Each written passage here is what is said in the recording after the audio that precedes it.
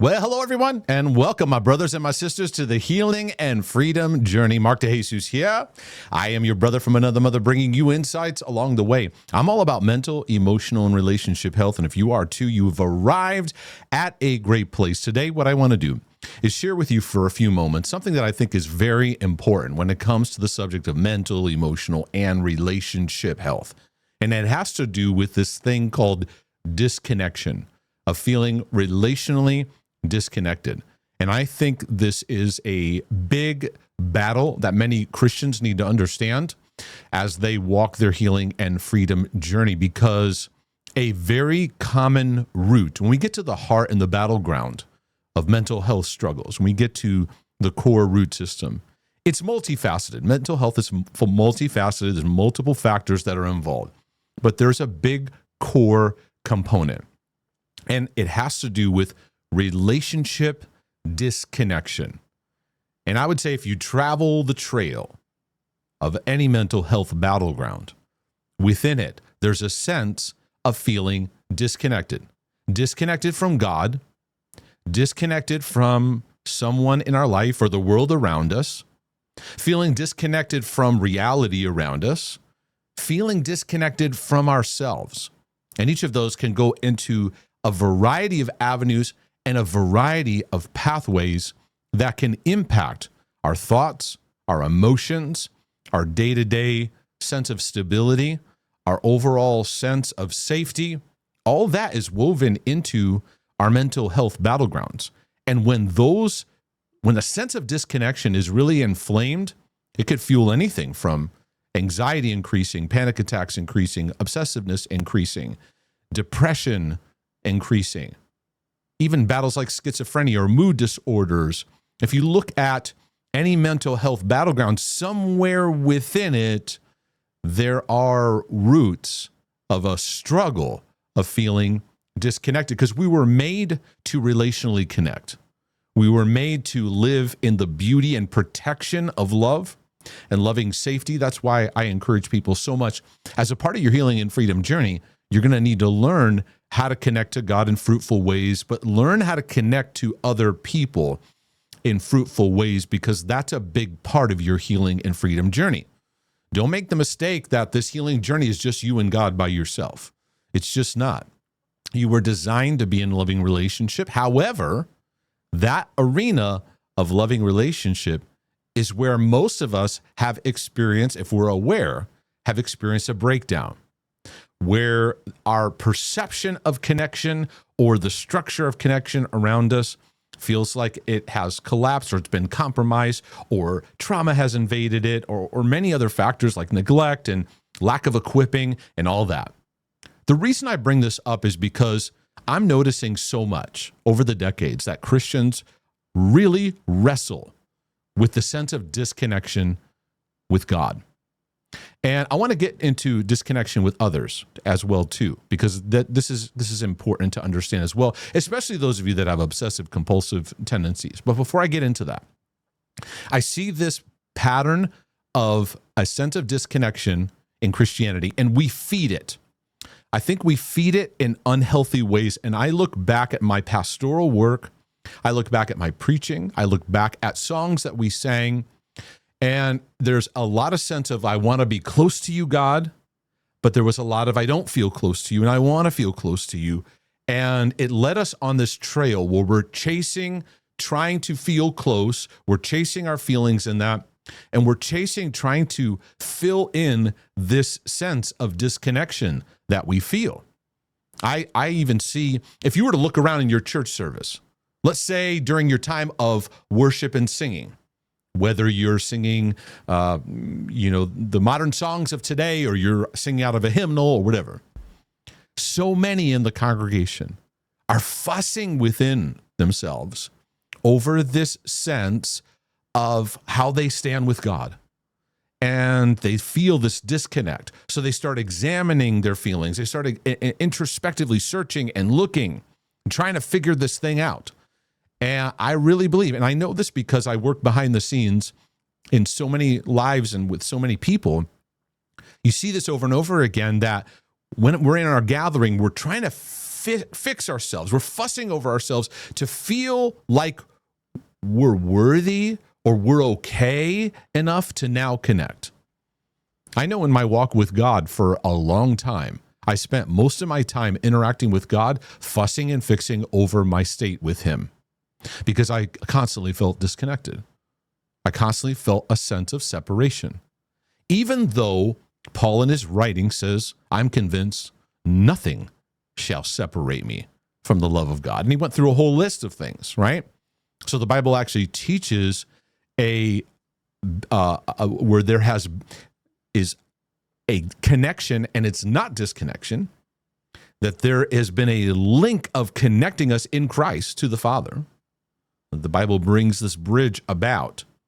We're constantly feeling like there is no bridge, there is no connection.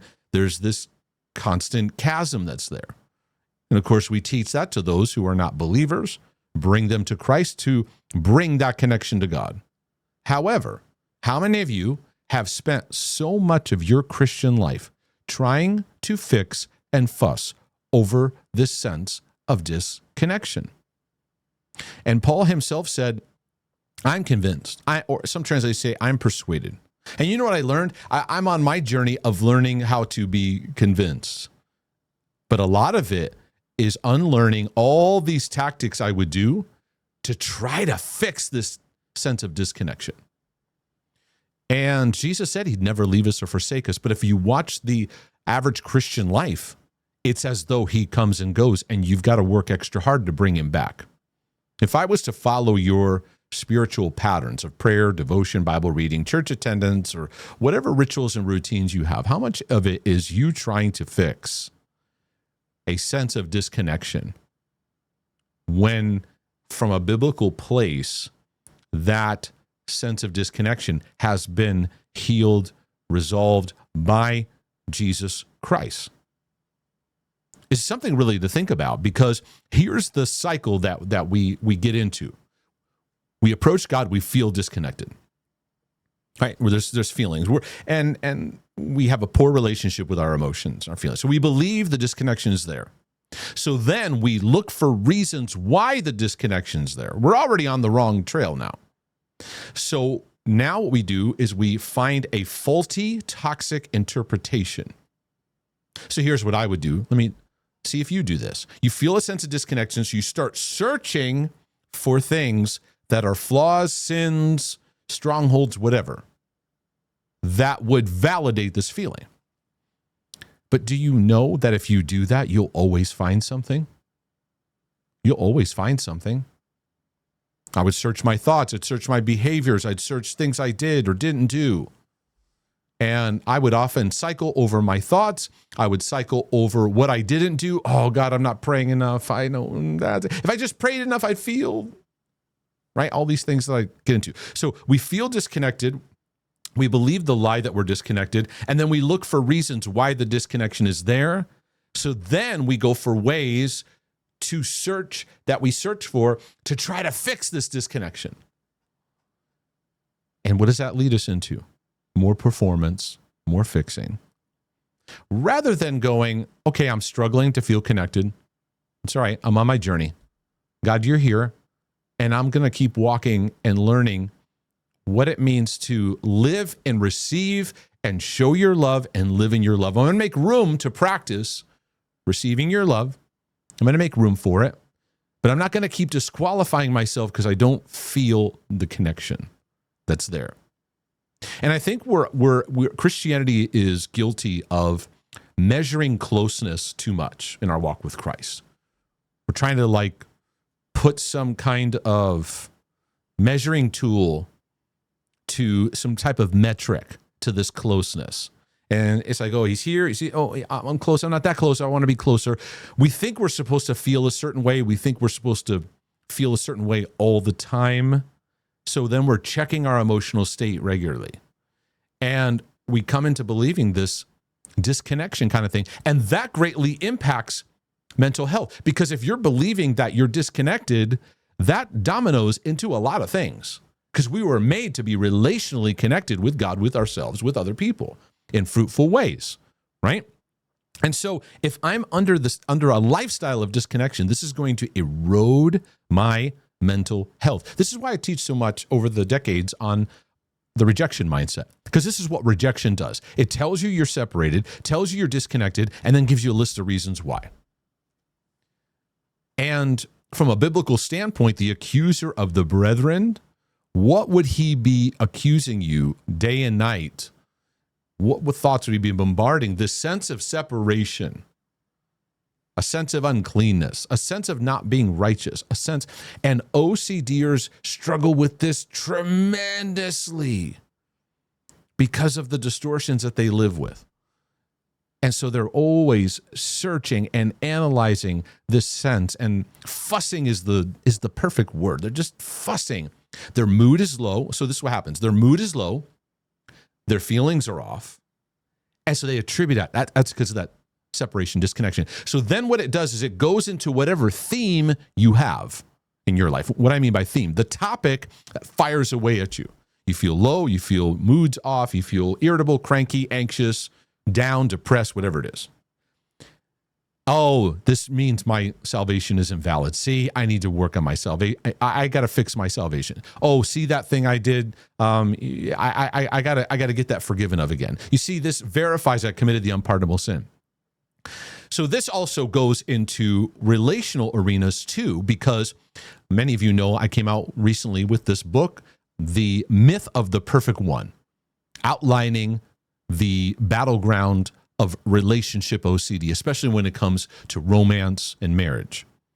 And this is what I mean when I says it feeds your theme, because you in your relationship don't feel this sense of feeling towards the other person. So then what does it do? It feeds your obsessive theme. It tries to verify it. See, I'm with the wrong person. See, I'm with the wrong person. And for relationship OCD, every disturbance, every empty feeling, everything goes back to something's wrong because I should be feeling something, and I should be feeling that all the time. And if I don't, something is catastrophically wrong. So then we're reading into it. Now, maturity in marriage, because if you ask any married couple on the planet that has a decent marriage, and you ask them, are there days where you don't feel this amazing love? Yes. What do you do with that? I just keep feeding into the marriage, keep growing. If it's over a pattern for a long period of time, we may have a conversation, right, about it. But married couples that are healthy, they know how to navigate those times, and they continue to feed the relationship.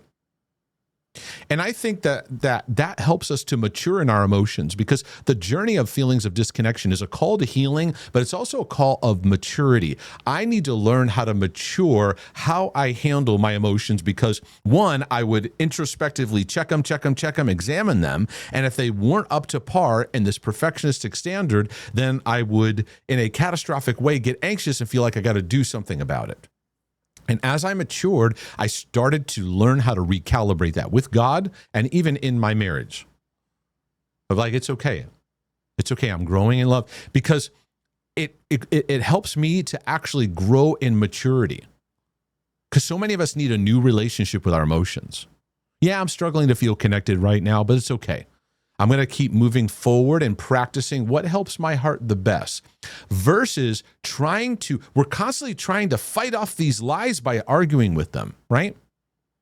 And many of you do that. You start to argue and fight back with those lies of separation, rather than just continuing to feed into, God, I don't feel that connected to you, but today I just want to thank you that you love me.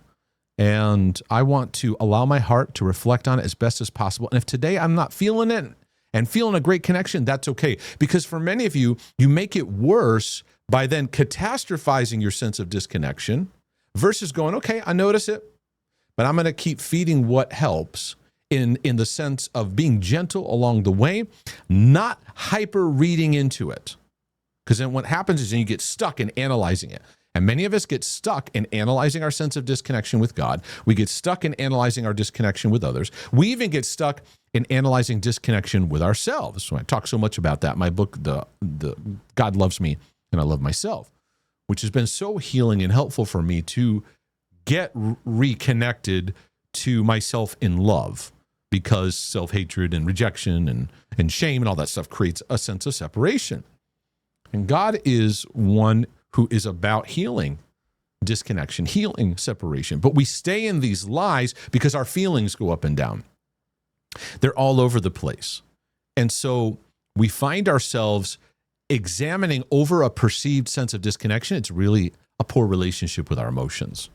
And what I want to encourage us is not only healing, but maturing. And part of maturing is gaining a sense of, okay, I may not feel this emotion right now, and that's okay. I'm not going to read into it too much. I just notice it. Maybe I'm depressed. Maybe I'm low. Maybe I'm just having a bad day. I'm not going to read into it too much. I'm going to continue to feed that which is good. So for me, what was helpful was I'm not going to examine that right now in the sense of like trying to microscopically do an autopsy on this. What I'm going to do is continue to feed. God, I'm struggling to feel connected to your love, but I just thank you that you love me. And right now, I just lift up thanks to you in that. And I'm going to continue to grow in the reality that you're with me. So I'm going to go about my day knowing that you're with me, even though I'm struggling to feel it. Now I'm practicing it because many of us get stuck at disconnection and we don't move forward until we feel we can fully fix that sense of disconnection. You do this in those of you that have ROCD in your relationship. You feel like you got to over-talk it, over-examine it, overthink it. And no, what you really need to do is move forward in the relationship and grow together. Not examine, not hyper-examine. Many of you, I've been guilty of this more times than I could ever count. You fuss over yourself. You need yourself to feel a certain way to then connect to somebody. You need to feel a certain way to go to church. Many of you need to feel a certain way before you start your day. You need to feel a certain way within you that you need to notice that you're falling into compulsive behavior. And you can acknowledge, okay, I don't feel so connected right now. It's okay. I'm going to continue to step forward in what love looks like. I'm going to love my neighbor. I'm going to be present in this meeting. I'm going to go to this thing without fussing over the perceived shame or disconnect or uncleanness or rejection that we spiral in as we spiral in. Because the more we spiral in it, the more we feed it. And the next time it shows up, the more power it has over us. Does this hit home for you? Because I know it has for me. This is big for mental health. It's big for your healing and freedom journey. If it's been a blessing, do me a favor, click the like and subscribe. Go over to markdejesus.com. Check out more of my materials. Of course, I've come out with a new book, The Myth of the Perfect One. And if you relate to OCD kind of battlegrounds, get a copy of the OCD Healing Journey. Those two books are a great complement for each other, by the way, and will be very, very supportive in your healing battleground. Well, I pray this was a blessing to you. And Lord willing, the creek don't rise. I'll be back with more insights for your healing and freedom journey. But in the meantime, I'm out.